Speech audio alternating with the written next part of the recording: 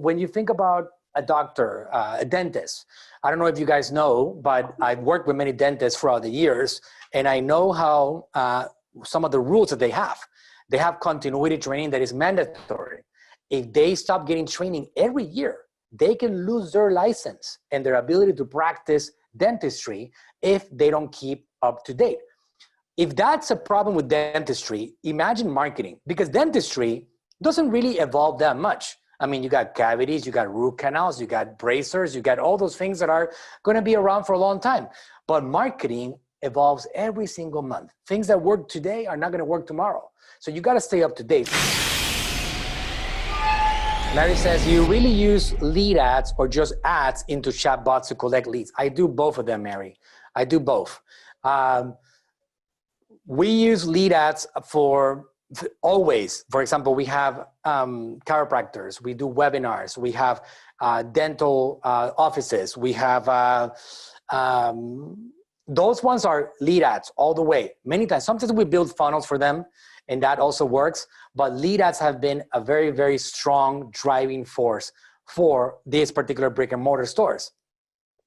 In the case of e-commerce, we use lead ads for flash sale deals, because if you learn how to do lead ads correctly, you can actually invite somebody to do a flash sale. And the cool thing about a lead ad, you're gonna see it on the training, is that it loads instantly. You don't have to send somebody to a website and wait for the website to load. It instantly loads on the person's phone. Boop, you click on it, and then it's there. And then on that micro page, which is called a micro landing page inside the Facebook app, you can detail what the flash sale is. It's all about, you can put some bullet points, and then you can have the person opt in after they give us their phone number and their email.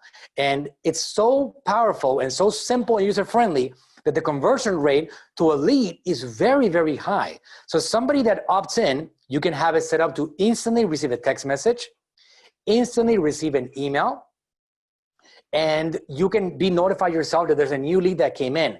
If you set it up correctly for e-commerce, for contests, for flash sale deals, for offers, it's gonna be a powerhouse. So it really does depend. I don't have a single marketing strategy, Mary. I have many strategies. John, is there other examples of where we use lead ads for e-commerce? We use lead ads as well for hiring, and for us to be able to call the leads afterwards. For example, Natural Slim, we do lead campaigns, and then at the end we call them and close sales. Those are mostly for e-commerce. Right. So for hiring people, absolutely.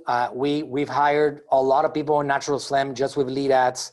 Dr. Berg right now, if you guys see some of the marketing that we're doing for him, he's building a call center right now, and he's generating phone calls to his keto consultants that he calls the keto consultants, and now he's hiring people, and all we do is lead ads to get people into the call center so they can work for Dr. Berg. So there's many things that we can do with lead ads. Those are just a few examples. We're going to talk about that in more details on the coaching program. Dana says, how can I access my Facebook page lead center to see all my leads from an iPhone? You cannot. Dana, John, am I correct? You cannot access from the phone?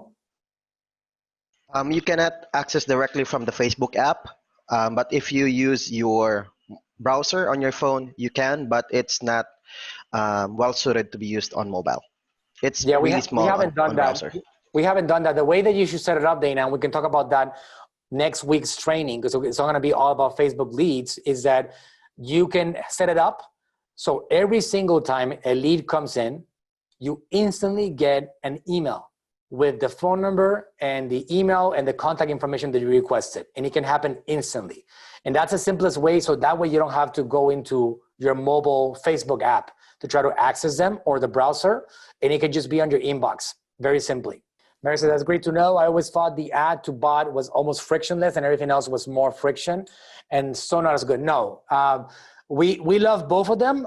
The idea about the ad to bot that I like it so much, in many cases we push on that so much more, is because with the ad to bot, I get 3 birds with 1 stone. With the ad to bot, I get subscribers on Messenger, on email, and phone number. And that's why it adds a little bit more value. With the lead ad, the way that we have done it in the past is that we get phone numbers and email. And at the end of the form, we give them an option to subscribe to our messenger channel. But that one is very optional. So you don't get all 3 of them. You're gonna get 2 of them. You cannot get a messenger subscriber through a Facebook lead ad. Okay, so questions about mini course on Messenger via ManyChat. So we already have that. The first one answer, how long should a mini course be? I know Jana talked about 3 minutes. That's okay. It really does depend, guys. And this is a question from Mark. I will say, Mark, that if your content is valuable, you can go to 10 minutes. If people are really engaging and enjoying it, you can go to 10 minutes. We have compressed 16-minute videos using ClimpChamp inside ManyChat. So it really does depend on your content. I would like to have a, depending on how engaging the content is, you want to be able to keep it 2 to 3 minutes long. But if it's really valuable and you cannot break it apart, it's okay, because you can actually pause it, rewind, and fast forward as a user. Okay, so it really does depend on the value of your content and how good it actually is. How important are subtitles on a Messenger video mini course? Most do not use sound when consuming on mobile. The time you shrink the file down under 25 megabytes for ManyChat, the subtitles are too small to read. I noticed Dr. Berg's mini course does not have subtitles. Any way around shrinking the video so small? We don't use subtitles on the mini courses. We expect people to be able to listen to the mini course if they are on Messenger doing the mini course. Messenger actually makes it easy for them to click on it and open the video full screen and even flip the screen horizontally, and they can pause, rewind, fast forward. So because of that, I am okay having no subtitles on the Messenger platform. If you add subtitles, because people sometimes will watch the whole video in full screen horizontally, they should be able to consume the subtitles there. So it really does depend. It does add extra work to it if you're gonna go ahead and add subtitles on the mini courses. But so far, I haven't done that on my own mini courses. Damon John's, mine, Grant Cardone's, Dr. Berg's, my dad's. We don't do that right now. And they have been successful. Okay, that works. Let me see. Yeah. Manuel, please, could you explain more about this learning phase that comes on when creating new ads? What it's doing exactly and how to optimize it to get our ad running faster. This question is coming from Anna. Is Anna here by any chance? Let's see. I see an Anna Mendez here. Is that your question, Anna? It might be, right? Ad running fast with good results ASAP. Should we run some traffic ads before the main primary ad to get rid of this learning phase quicker? Okay, Anna. Okay, so the answer is this learning phase is something that Facebook has been doing for over 2 years now. And basically what it means is that they want to help you. They want to give you results. I actually talked about this on the Facebook Masters course, and it's still applicable 100%. What they want to do is they want to learn who your audience is and who converts based on what your objective is. So for example, if you're trying to get conversions on purchases, people to purchase your product, they need to get enough conversions in order to get out of the learning phase so they know who's more likely to convert. It's an algorithm question. Why? Because there's a lot of different combinations of things that people like and don't like. They actually mix and match, and they look at different people that have different tendencies. For example, there are many people on social media, a great percentage of them, I think it goes up to 60%, that never, ever buy something from a Facebook ad. They simply don't. They will not buy anything. I have seen this go up to almost 70%. So that means that you have only about 30%, which is still close to 1 billion people, that are actually buyers and not window shoppers. If you're going for purchases and Facebook knows that your metric to determine whether a campaign is successful or not is simply purchases, they cannot give you the results unless they get enough data So you're paying Facebook to get enough data for you first before they actually know who your audience is. That's why there are things inside the business manager that, for example, at the ad set level, you can select online buyers and you can exclude people that don't shop on social media. And that's an idea of something that you can utilize as an e-commerce brand to ensure that you're not putting ads in front of people that never buy anything from a social media ad. Facebook has all that data. They know if you're a window shopper, they know you actually follow through and purchase things. Why? Because they have a thing called a pixel code. And that pixel code is inserted on millions of websites, which means that every single thing that happens across many of these websites is being relayed back to Facebook. So Facebook knows if you saw an ad, you clicked on it, and you purchased something. Or if you saw an ad, you clicked on it, you browsed, and just dreamed about it and never purchased anything. They have all that data. So the learning phase allows Facebook to understand your product and your audience and helps you match with better people that are gonna be more likely to convert and buy your products. Same thing with video watchers, for example. Same thing with if you're going after video views, they're gonna go after people that tend to watch videos on Facebook.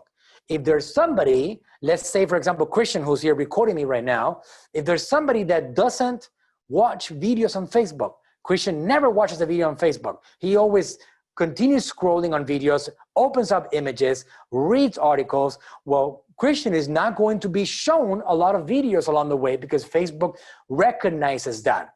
So if you're going after the learning phase, you want to get enough video views so you can get data to Facebook as to who is your audience and what they like.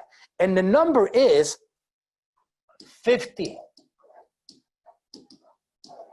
Okay, that's new too. There we go. Okay, 50. 50 conversions of whatever your objective is gets you out of a learning phase.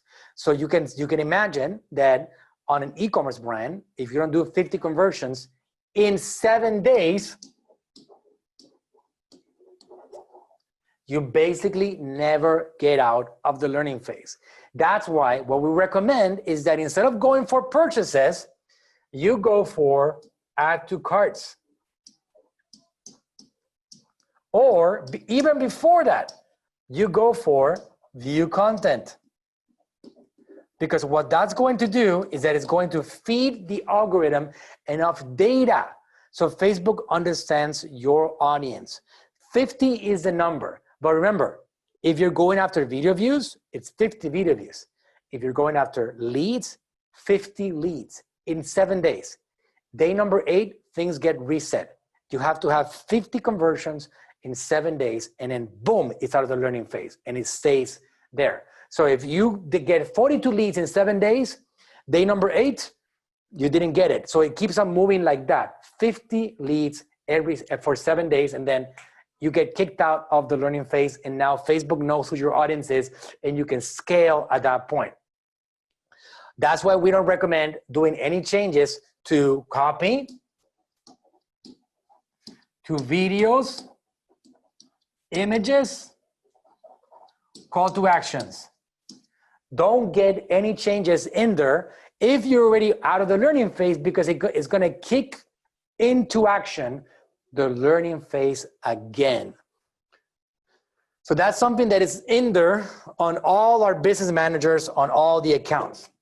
Okay, I was wondering about what is more effective when testing new audiences. Keep adding the new ones into the existing campaign with a bunch of other ad sets, or create a new campaign, add this new audience in it. Yeah, great question, Claudia. We will be covering this question on, I'll answer it right now, but on the CBO versus ABO, this is going to be talked about in more detail. When turning off the underperforming ad sets, do we delete them or just pause them? Okay, good. We'll take one question at a time. What is more effective when testing new audiences? Keep adding the new ones into the existing campaign with a bunch of other ad sets, or create a new campaign and add this new audience in it. The answer depends on what type of campaign you're running. If you're running a CBO, you do not touch it if it's already producing results and it's out of the learning phase and it's already going forward, you do not touch it. You have to go and create a new one. ABOs, you can keep on adding ad sets too, all right? So ad sets, budget optimization, meaning that the budget is assigned at the audience level, at the asset level. You can keep on adding audiences to that particular campaign. CBO, campaign budget optimization, every single time that you add a new audience, it resets the entire campaign. Because remember, the CBO is a different structure. The campaign budget optimization, let me see if I can open up a whiteboard here. CBO, ABO. So campaign, and then ad sets. I talked about doing 5 to 7 at the most on a CBO to start with. Every single one of them is an audience. It's a separate audience. And once this thing starts rolling, you do not touch it. You leave it alone. Once it's rolling, you leave it alone. You can increase the budget at the campaign level, budget. And you can spend more money until it stops producing. But remember, Facebook is in control of how it spends your money across these ones. You do not control that. If you have a $100 budget, Facebook is gonna spend it where they think they should be spending it. 60 over here, 10 over here, 20 over here, 0 over here, and 10 over here. It's up to them, not up to you.